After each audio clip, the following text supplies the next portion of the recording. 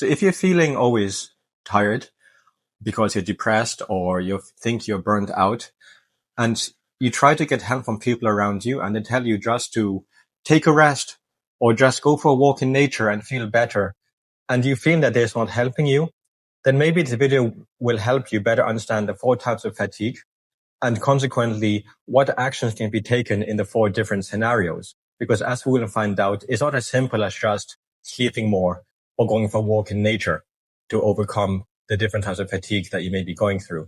So the first fatigue is P for physical.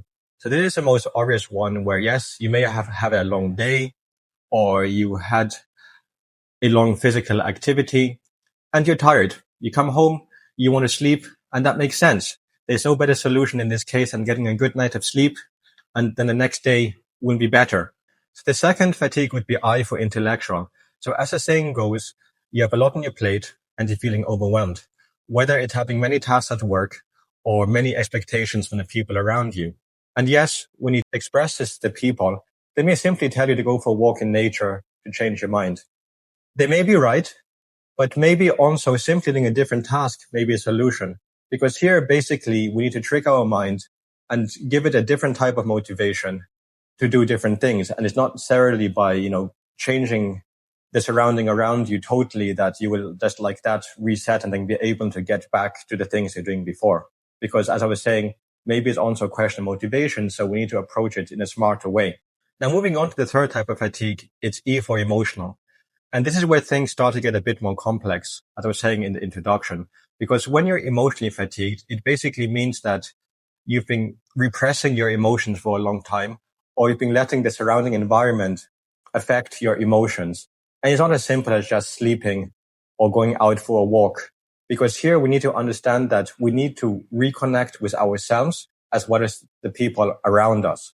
Because if you would simply sleep, let's say, this is exactly the case where you wake up the next day and you will still feel tired and wonder why, even though you're sleeping many hours, you're constantly feeling drained.